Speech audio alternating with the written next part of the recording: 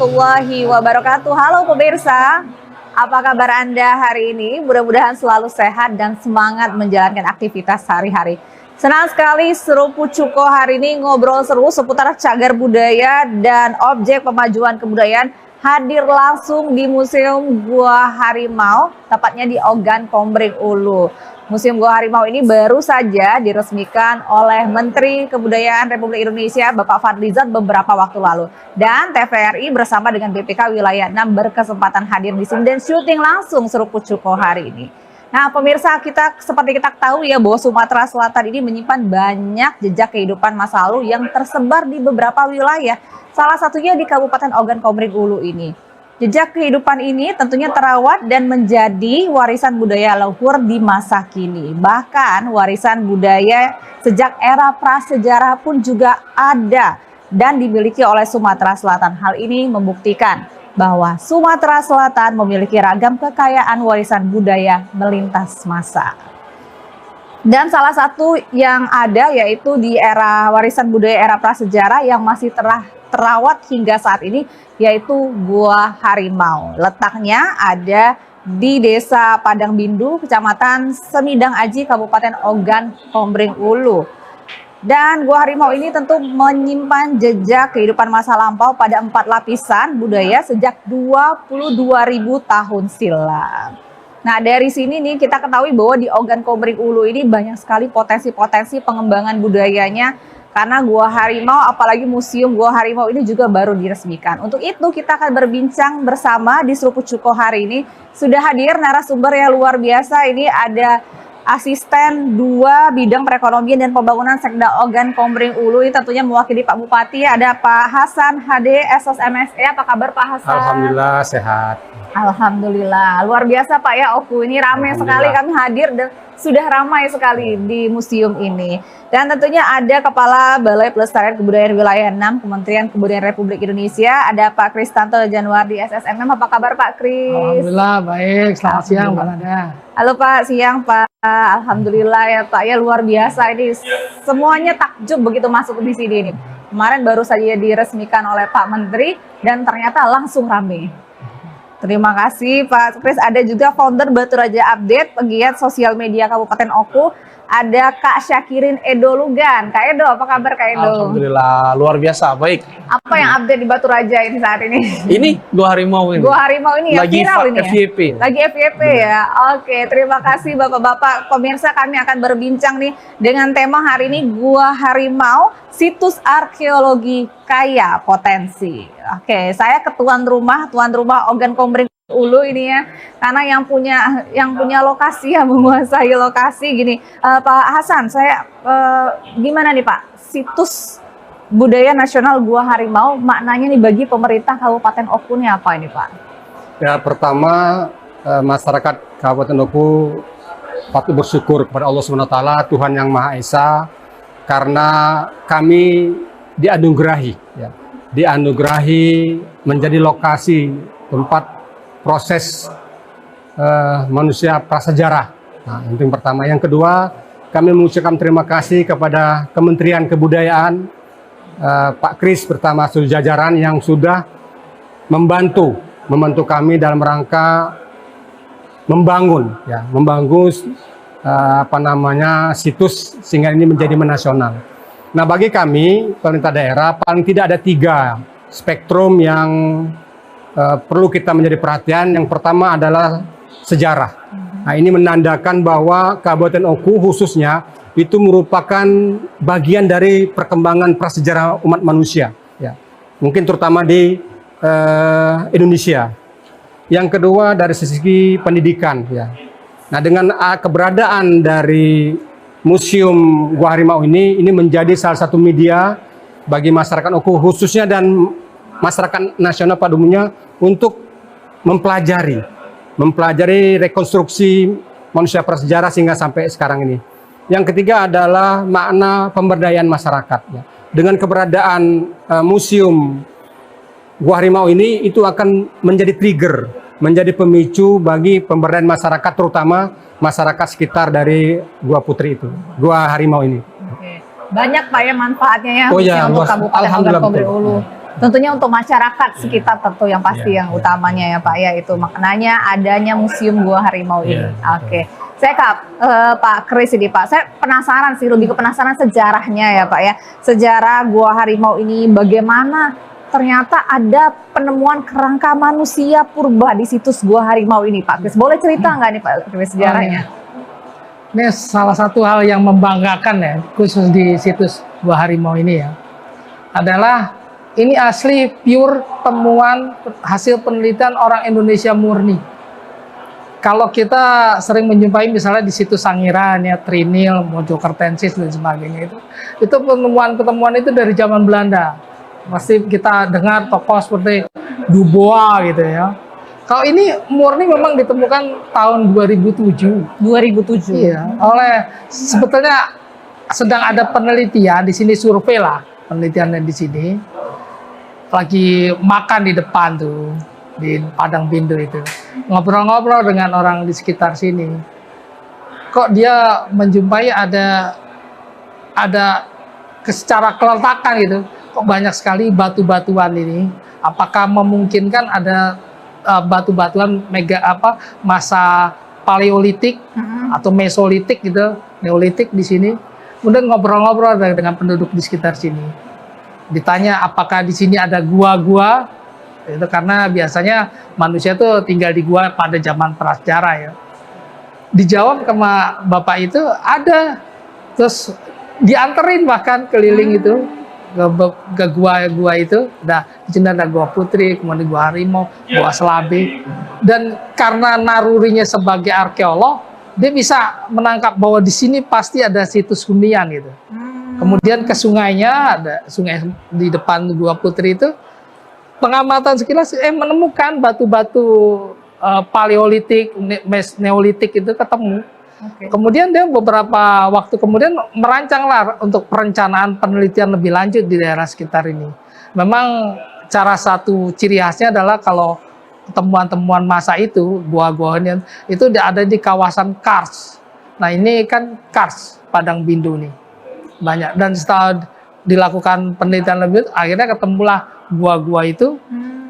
Kemudian dilanjutkan penelitian yang intensif sampai 2012 oleh Pak Hari Truman Sumanjuntak itu, sampai ekskavasi, beberapa kotak ekskavasi dibuka, ketemulah kerangka manusia beserta tinggalan, ada gerabah, ada kapak, ada beberapa alat-alat lainnya ditemukan. Bahkan yang paling cukup spektakuler, ketemu lukisan-lukisan gua. Hasil penelitian yang cukup panjang era itu. Iya. Jadi sekitar 2000-an, tahun 2000-an itu Pak ya, semakin diperdalam ternyata semakin banyak gitu ya. Ini prasejarahnya ya, temuan-temuan prasejarahnya di situ. Di Gua Harimau, Gua Putri, di Gua Selabe, dan ada beberapa gua lainnya. Oke. Jadi potensinya sebetulnya masih panjang ke depannya itu. Benar. Masih banyak sekali sebenarnya bisa ditemukan gitu ya Pak ya. Oke, saya ke Kak Edo dulu nih, sebagai anak muda di Kabupaten Ogan Komering Ulu. Kalau kata Kak Edo tadi yang FYP nih, yang lagi FYP nih Gua Harimau gitu, apalagi semenjak ada museumnya nih. Gimana nih maknanya adanya situs budaya Gua Harimau dan ada museum Gua Harimau juga Kak Edo? Ini memang untuk peran pemuda itu khususnya di Kabupaten Oku ini yang minat akan sejarah kebudayaan itu emang cukup banyak Mbak. Tapi pada saat penemuan awal itu kan di tahun 2007 kata Bapak tadi kan, 2008 itu kan secara teknologi pada saat itu kan untuk anak-anak muda menyambut informasi tersebut kan masih minim Mbak, masih melalui siaran televisi kan. Kemudian ke 2017 aku juga termasuk salah satu pemuda yang diundang Arkenas itu datang ke sini 2017 dengan tim arkeolog kan ke sini 2017. Jadi pada saat itu pun sosial media itu belum terlalu tersentuh oleh para pemuda. Makanya promosi ataupun penemuan dari Gua Harimau ini kan masih terbatas oleh media-media informasi yang bersifat televisi, surat kabar. Nah, kemudian kemarin pasca kedatangan Pak Menteri untuk membuka Gua Harimau, jadi itu sedikit membuka tabir. Kalau di pemuda itu keingintahuan para pemuda kan baik dari Kabupaten Ogan Komering Ulu, baik dari tetangga-tetangga kabupaten sekitar, bahkan ada yang dari luar provinsi. Nah, kenapa itu jadi pemantik, jadi pemicu buat datang ke sini? Itu tadi Pak, karena di sini tempat penemuan situs-situs arkeolog purba itu tempatnya masih ada di sini. Baru tahu ternyata Baru tahu ya. ternyata, dan kemudian dijadikan museum. Bahwa di sini ada layout, ada museum, Ada tempat seindah ada ini tempat ya. seindah ini. Jadi ketika itu masuk ke ranah sosial media hari ini, kita ketahui kan sosial media hari ini kan penggunanya juga cukup besar kan, buat nge-influence masyarakat. Jadi pemuda-pemuda atau para warga di Kabupaten Oku juga ikutan untuk menyebarluaskan bahwa tadi kebanggaan masyarakat Oku hari ini itu sudah ada yang baru nih, ada ikon baru yakni Gua Harimau. Oke, Kak, menarik sekali gitu ya. Berarti endorse Pak Menteri ini luar biasa ya. Bener. Berkunjung ke sini tuh langsung Bener. viral semuanya ya. Oke, Bapak-bapak kita harus break dulu nih. Kami mengundang, nggak bisa ngundang ya. Ini kita ngobrol bertiga aja nih. Pemirsa, kami akan segera kembali di Seruput Cuko. Tetaplah bersama kami.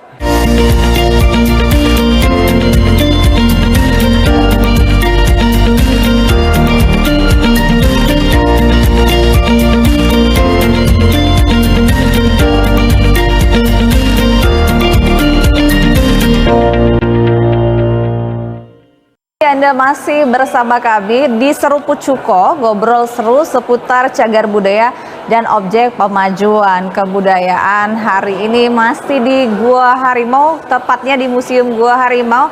Senang sekali pemirsa kami ada di sini, tapi karena ini adalah Seruput Cuko, rasanya sayang sekali kalau kita nggak nyeruput Cuko bareng-bareng bersama dengan bapak-bapak di sini nih. Pak, kita seruput Cuko dulu nih Pak, sambil ngobrol-ngobrol. Silakan Pak diaturi ya.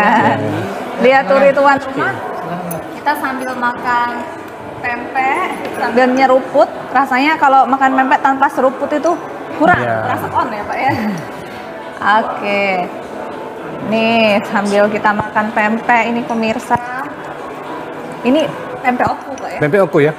Gua Harimau, pempek Gua Harimau ya. Gua Harimau. Viral juga nggak nih Kak Edo? Pempeknya ikut viral juga nggak? Viral nih. Karena cuma ada di Gua Harimau. Hari ini tapi. Kalau masuk konten juga ya? Kalau orang Palembang juga kan minumnya seruput ini. Seruput kita, harus seruput. Gitu. Nah, ini spesial nih. Memang Oku luar biasa ya, warisan budayanya. Ini bersyukur sekali kalau kata Pak Hasan tadi itu bersyukur sekali memang dianugerahi ini ya Pak ya. Nih gimana nih Pak, kalau dari pemerintah Kabupaten Oku sendiri memandang potensi situs cagar budaya nasional Gua Harimau ini sebagai identitas dari daerah sendiri Ya. Pak. Semenjak kedatangan Pak Falizon yang meresmikan Museum Gua Harimau ini, maka Kabupaten Oku mendadak terkenal Ya. secara nasional dan termasuk juga di lokal kita ya. Nah, identitas ini harus kita jaga ya. Makanya karena ini merupakan identitas Kabupaten Oku ya, maka ada beberapa hal yang akan kami lakukan sebagai suatu bentuk kebijakan pemerintah daerah. Yang pertama adalah melindungi dan melestarikan. Nah, ini merupakan suatu aset yang sangat tidak ternilai secara sejarahnya. Bahkan menurut Pak Prof. Truman, di Gua Harimau itu baru satu layer Pak. Nanti masih banyak ada layer-layer yang lainnya yang perlu kita ekskavasi.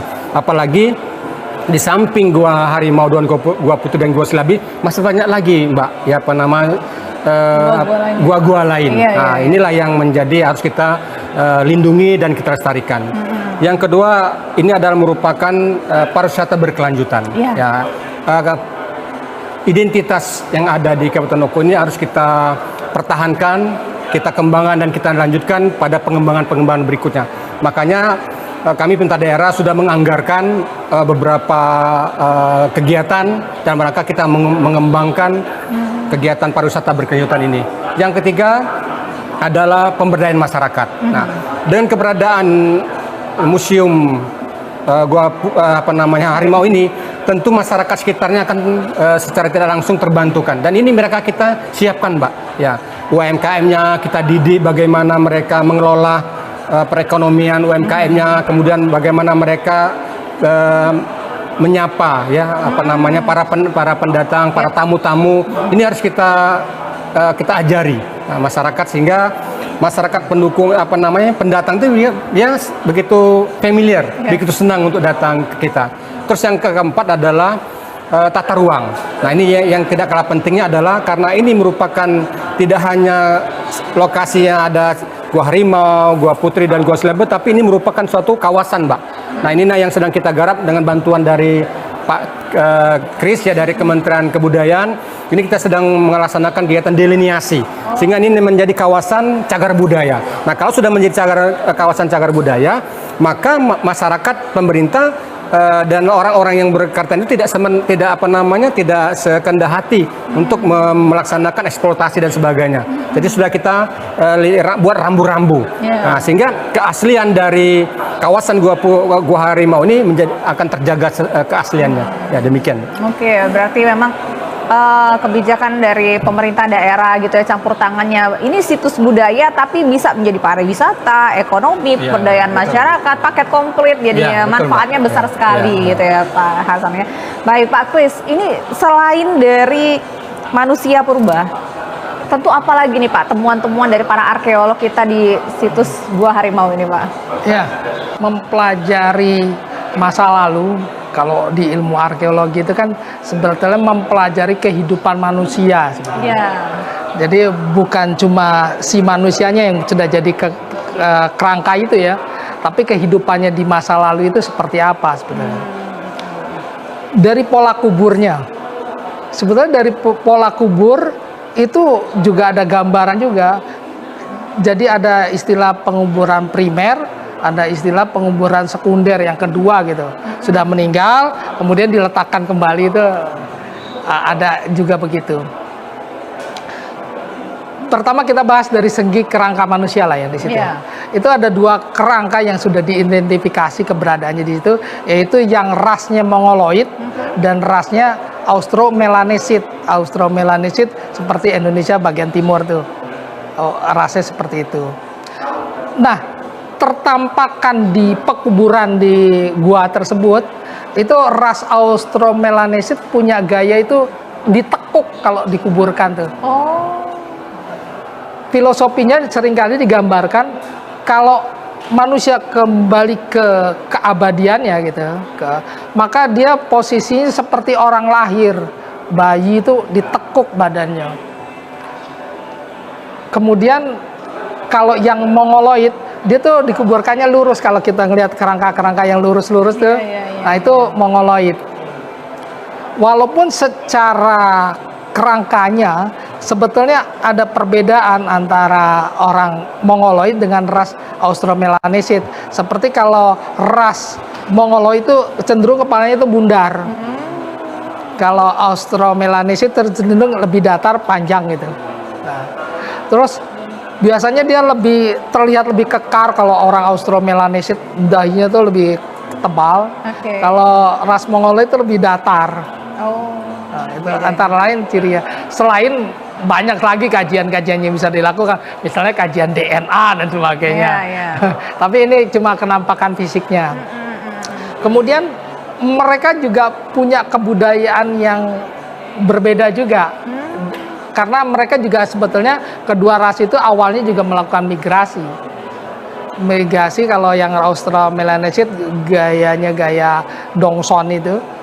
Kemudian yang daerah Mongoloid juga membawa budaya yang berbeda pula. Karena Mongoloid lebih muda, maka peradabannya dia terlihat lebih maju. Kalau yang Austromelanesid itu gayanya seperti masih Paleolitik itu, kalau Mongoloid sudah Mesolitik sampai Neolitik dia.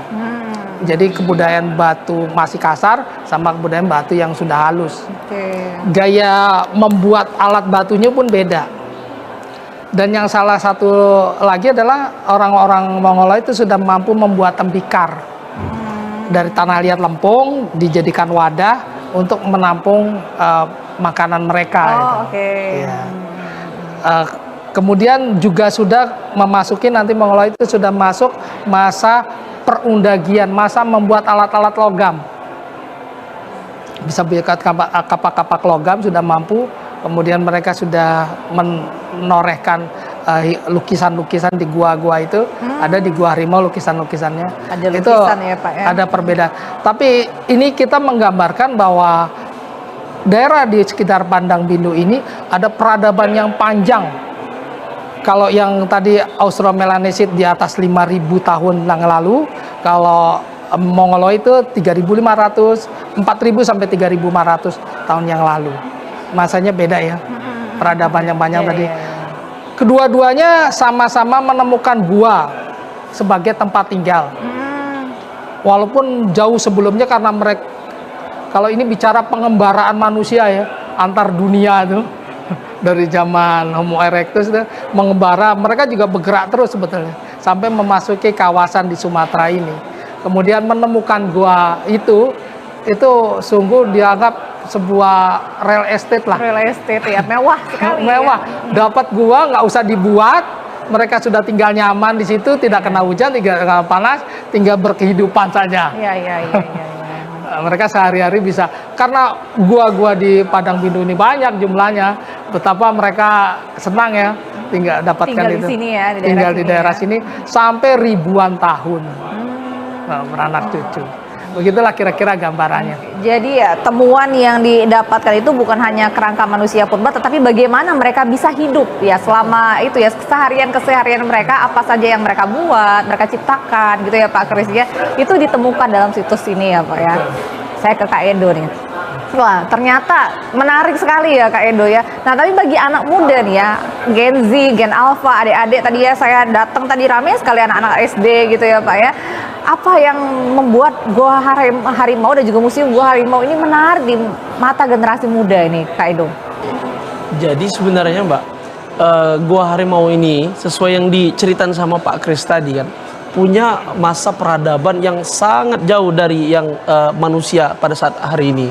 Nah, jadi dalam jangka atau jarak waktu yang lama tersebut kan, jadi bagi para pemuda, ada adik-adik yang bersekolah, kemudian mahasiswa, itu penting untuk mempelajari identitas pribadi, identitas bahwa Kabupaten Oku khususnya itu mempunyai peradaban yang dianggap lebih tua kemudian daripada di sekitar-sekitar Kabupaten Oku. Nah, identitas itu yang ngebentuk jadi suatu kebanggaan. Maka dari itu, pemuda-pemuda yang hari ini di Kabupaten Oku, kemudian di sekitar Oku juga tertarik mempelajari apa saja yang dilakukan oleh pendahulu-pendahulu mereka yang pernah hidup dan tinggal di daerah yang di tempat ini sekarang. Itu sih yang lebih menarik. Meskipun kita tahu sendiri kan, untuk jarak dari ibu kota kabupaten, dari ibu kota provinsi itu kan cukup lumayan jauh ke Gua Harimau. Kata Mbak tadi kan, adik-adik sekolah, kemudian dari luar kabupaten, itu antusias sekali karena memang tadi penemuan ini menjadi penemuan besar dan identitas itu harus tertanam oleh Kabupaten Oku, khususnya pemuda-pemudanya. Siapa lagi yang bukan melestarikan, yang paham akan sejarah di Kabupaten Oku kalau bukan pemuda-pemudanya yang bakal jadi generasi selanjutnya. Jadi sebenarnya Pak, lebih ke arah konten aja. Jadi edukasi ya? Edukasi. Jadi memang saat ini kan kalau kita buka platform yang lagi viral kan, itu banyak anak-anak muda berfoto di layout, kemudian kerangka di Instagram, di TikTok kalau boleh disebut ya ini kan. Jadi boleh kita lihat konten-konten yang mereka kasih edukasi itu menginfluence untuk pemuda-pemuda lain, bahkan masyarakat di luar Kabupaten Oku untuk penasaran museumnya ini kok banyak sekali menampilkan fosil-fosil, kemudian alat-alat perundagian tadi. Jadi jarang kita temui di kota-kota yang mempunyai museum, walaupun mempunyai museum kan, tapi tidak sedetail, tidak sebanyak, dan tidak ada di tempatnya asal. Kalau sudah di kota kan orang kan memang niatnya bukan sebenarnya kan bukan berwisata, tapi lebih ke apa namanya tuh jalan-jalan gitu kan. Kalau misalkan dia datang ke Gua Harimau, berarti murni dia mau datang dan pengen tahu. Makanya dari itu ini aku ada catatan sedikit kan buat pemerintah juga kan. Jadi saran karena memang lokasinya jauh dari masyarakat kan, jauh juga dari pusat kota. Mungkin nanti dari pemerintah itu kita sediakan sarana fasilitas, misalkan kayak bus umum dari Batu Raja menuju ke sini untuk yang study tour jalur gitu. khusus ya, jalur. Iya, fasilitas umum kayak itu. Seperti yang dikatakan Pak Menteri tempo hari, Pak. Kemudian perlunya juga kerjasama, promosi dengan hotel-hotel, kemudian stasiun, kereta api, terus juga event-event yang besar. Mengingatkan Provinsi Sumsel ini kan banyak nih event-event seperti Festival Sriwijaya, Festival Danau Ranau, dan festival-festival. Kita masukin Pak itu Pak, ikon-ikon Kabupaten Oku di sela-sela kegiatan itu. Dan itu nanti bakal jadi balik ke Kabupaten Oku sendiri, mereka tertarik dan mereka akan berkunjung lagi ke Kabupaten Oku. Mungkin itu saja Mbak. Oke, wah ini kita langsung menyampaikan langsung ke asisten 2 gitu ya. Banyak ide-ide kreatif anak-anak muda ya Pak Hasan ya. Ternyata yang memang putra asli dari Ogan Komering Ulu ingin sekali juga berkontribusi dalam mengembangkan situs budaya yang ada di Kabupaten Oku ini ya Pak Hasan. Nah, kalau dari pemerintah Kabupaten Oku sendiri, saat ini upaya yang sudah kita lakukan nih Pak, ini apa nih Pak? Ya, jadi kami terima kasih dikasih oleh Mas Edo tadi ya. Memang untuk Kabupaten Oku ini pertama saya katakan awal tadi kita sudah menganggarkan Pak. Ini salah satu bentuk keberpihakan lot total ya. Tapi bentar nih Pak, Ya. biar penasaran nih ya, biar Kak Edo juga penasaran, kita harus break dulu. Sudah menganggarkan apa yang akan dianggarkan dan akan dilakukan. Pemirsa, kami akan segera kembali, tetaplah bersama kami di Seruput Cuko.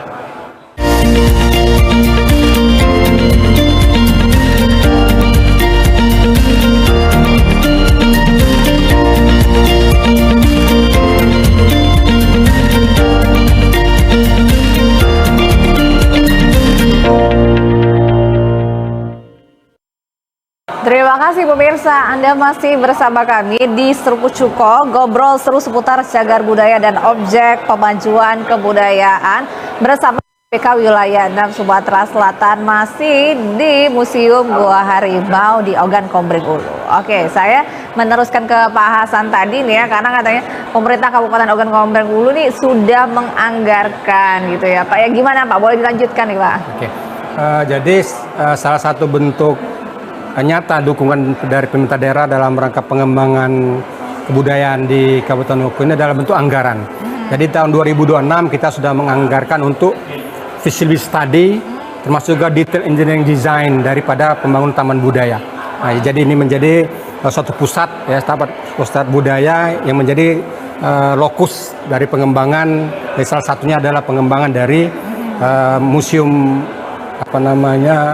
Gua Harimau ini. Yang kedua dari sisi pendidikan, ya, Bupati sudah membuat surat, Mbak.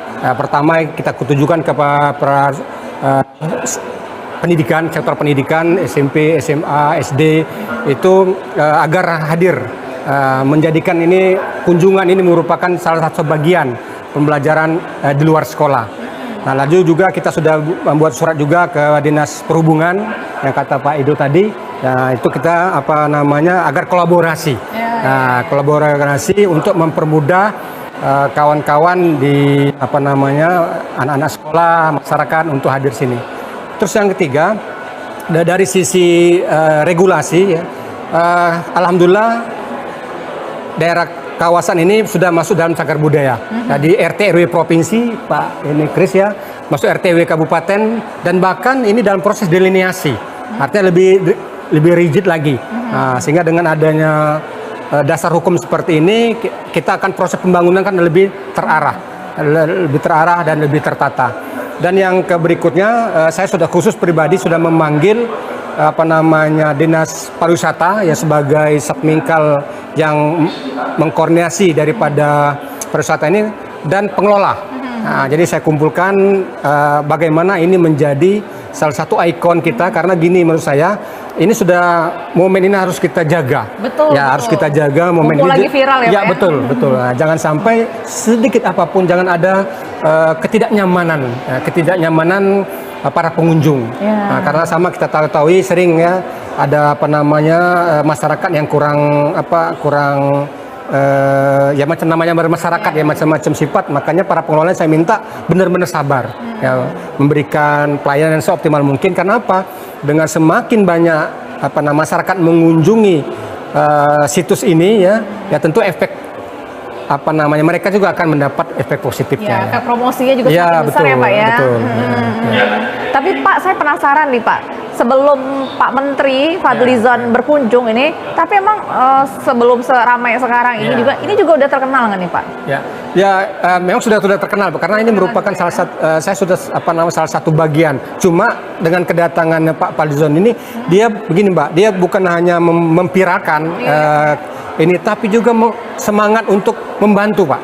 Nah, jadi gini, sama kami ketahui bahwa penganggaran ini kan tidak bisa dibebankan kepada daerah saja dengan keterbatasan anggaran. Maka dengan kedatangan Pak Fadlizon ini, kami mendapat dukungan moral.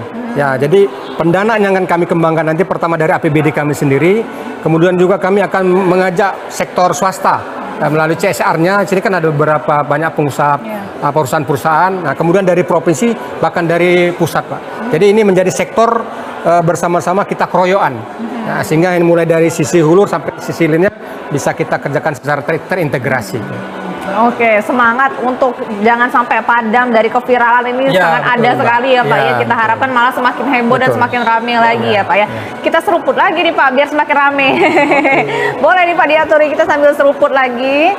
Ayo Pak Kris. Sambil ngobrol ya Pak Kris dan juga Kak Edo, kita sambil seruput lagi biar makin rame, semangatnya nggak pernah padam seperti semangat makan pempek ya kalau orang Palembang gitu ya.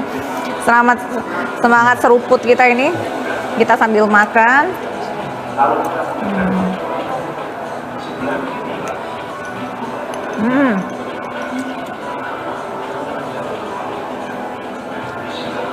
Sambil suasana di museum ini pemirsa beneran wajib hadir nih ya kalau ada waktu, kemudian kalau sedang berkunjung ke Batu Raja di Ogan Komering Ulu. Dekat kan Pak ya dari kota ya ke sini ya? Cuma berapa menit Pak? Setengah jam mungkin ya? 30 menitan. Nah, 30 menit udah nyampe juga nih. Sayang sekali kalau misalnya tidak berkunjung.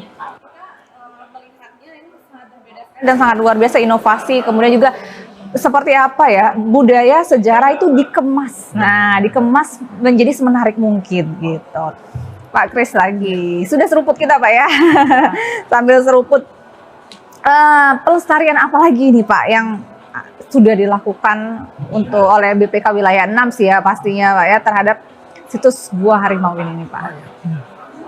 Berbicara soal pelestarian cagar budaya, itu kita harus berpikir dari 3 hal, yaitu dari sisi pelindungan, pengembangan, dan pemanfaatan. Pelindungan itu antara lain sudah di SK-kan, baik sebagai SK cagar budaya, bahkan sudah tingkat nasional.